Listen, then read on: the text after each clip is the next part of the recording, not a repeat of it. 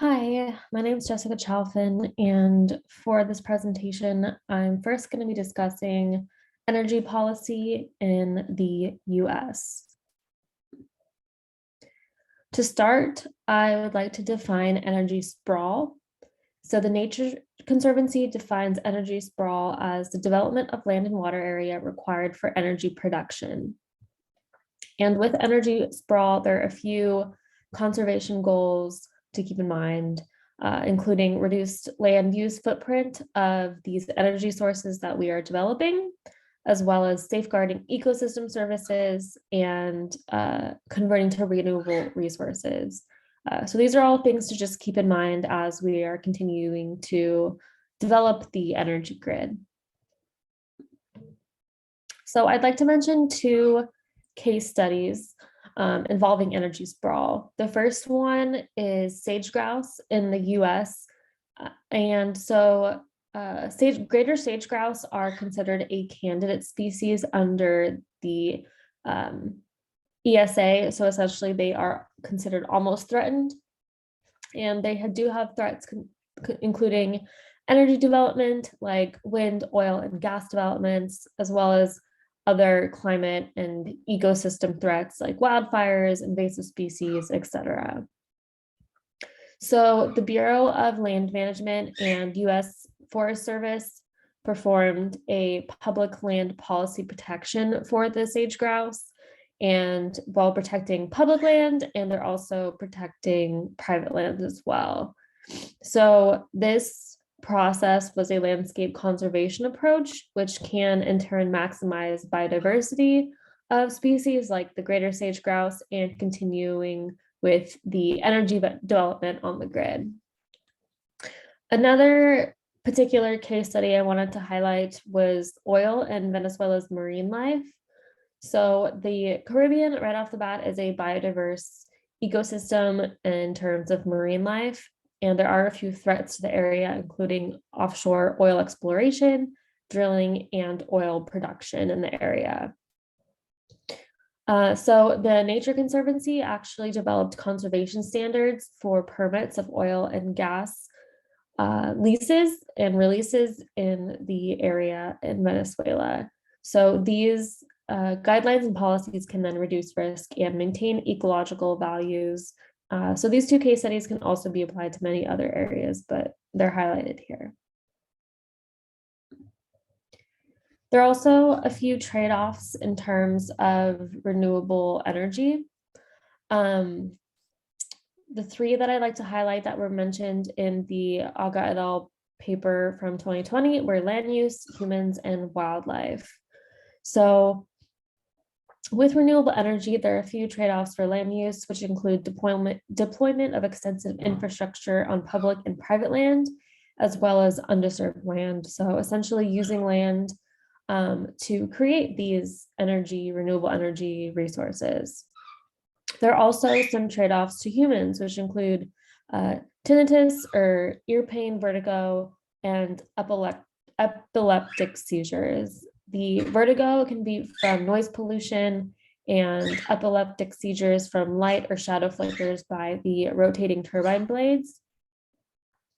But there's also a potential benefit for humans, which can be that solar development in ag can actually increase agriculture production as there's shade crops and increased production. So shade also means less drought stress on agriculture. There's also a trade-off between renewable energy and wildlife. This is habitat fragmentation, barriers to gene flow, noise vibration, climate changes, predator attraction, and fire risk.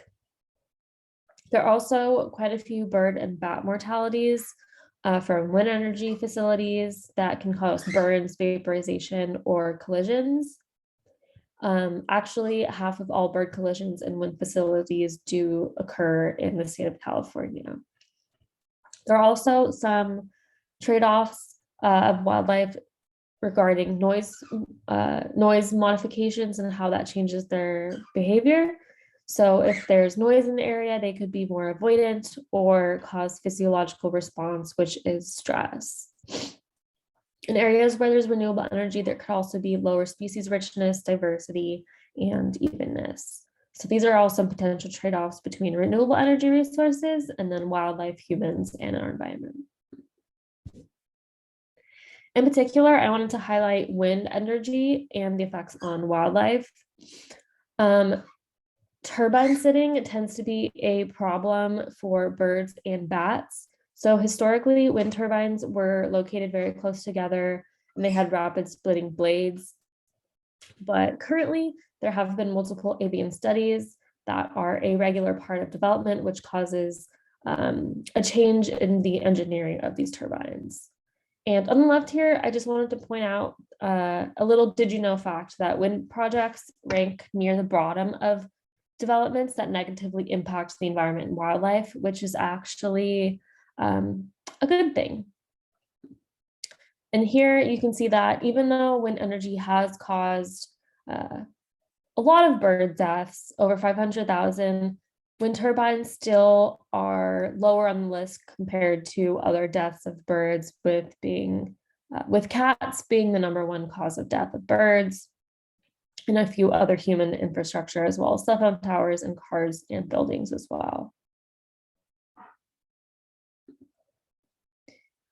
Since 2010, the American Bird Conservancy has a Bird Smart Wind Energy program, which has promoted solutions to ensure that the benefits of wind energy development outweighs the cost of development.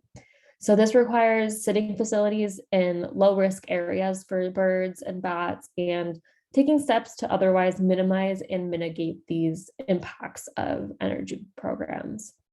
Specifically, this means adhering to the following 7 principles developed by the American Bird Conservancy.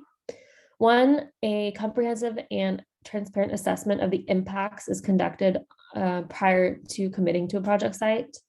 2, turbines are placed in areas with low bird collision risk.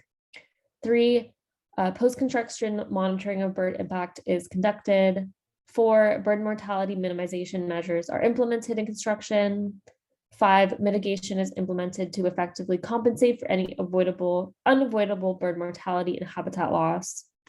6, a plan for infrastructure and removal of habitat restoration at a facility decommissioned is developed. And lastly, wind energy is evaluated as part of a comprehensive analysis of renewable energy alternatives, as well as maximizing solar energy as well. So proper facility placement is particularly important, and it's best to identify bird risks or red flags as early as possible in prospecting sites. So an evaluation process is possible. So each step in a site assessment provides opportunity to reevaluate the feasibility of property from a bird risk perspective, which reduces the total investment loss if there proves to be a fatal flaw. So here is a map developed by the American Bird Conservancy to evaluate a risk assessment map with wind energy facility planning. So these areas here are important to birds, so definitely would prove to be unsuitable for development and require more research or mitigation efforts there. So that's something to keep in mind. The second part of my presentation is going to be discussing the state policy around lead ammunition and tackle restrictions. So I'm a resident of California. So first I want to touch on lead ammunition restrictions in California. So in October of 2013, Assembly Bill 711 was signed into law, which requires the use of non-lead ammunition when taking any wildlife with a firearm in California. This law requires the California Fish and Game Commission to adopt regulations that phase in the statute requirements by July of 2019. CDFW conducted extensive public outreach during 2014 and proposed regulations that phase in the new non-lead requirements for ammunition. And these outreach efforts included Q&A sessions at a sportsman show, meetings with hunting organizations, and 8 public workshops throughout the state. And here is a map from a 2013 article.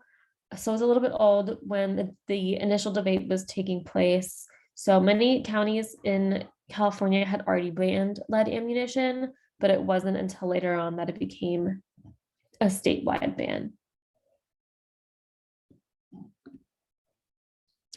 So there are a few states that border California and that they all do have differing views. Both Arizona and Nevada have partial non-lead requirements in addition to the already in place federal waterfowl ban. But I wanted to highlight what's currently going on in policy regarding lead ammunition in Arizona. So currently non-lead ammunition is encouraged in Arizona, but it's not legally required when hunting. Recently in policy, as of April 2021, the judges sided with the Safari Club International and the National Rifle Association to allow the use of lead ammunition after it was brought up in court. This is a quote here from the Outdoor Wire, and it says, "There's insufficient research and data to show that hunting with lead ammunition can hurt habitat or wildlife," which as scientists, we know this is not true, but this is a person's voice, someone from Arizona that read this article. And I'm going to dive into a little bit later about the opposing viewpoints of lead ban ammunition. I just wanted to pop up here that in Nevada, which is another bordering state, for their policy, they do require non-lead ammunition for ducks, mergansers, geese, swan, coots, snipe, and a few other birds. But again, they're not widely banned like it is currently in California. So there are a number of non-lead ammunition alternatives. Here I wanted to highlight 2 popular ones, which are copper core and steel. There are some bullets that are full copper, some are 95% copper and 5% zinc, but here I just want to talk about copper in general and then steel.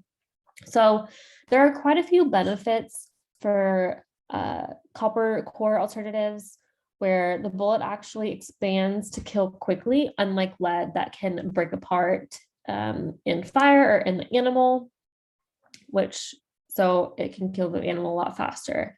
It also is a lot stronger and can travel farther through the target, which means that it can entirely pass through the animal. So when a hunter is going to track this deer or whatever animal it is, they can easily track the blood loss or the blood trails compared to lead that might not pass all the way through the animal.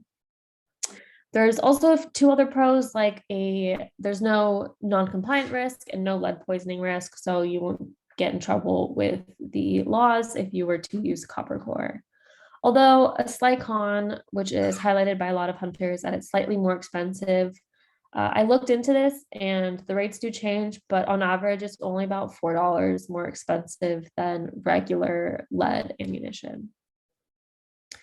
The other type of non-lead alternatives in terms of ammunition I wanted to talk about was steel.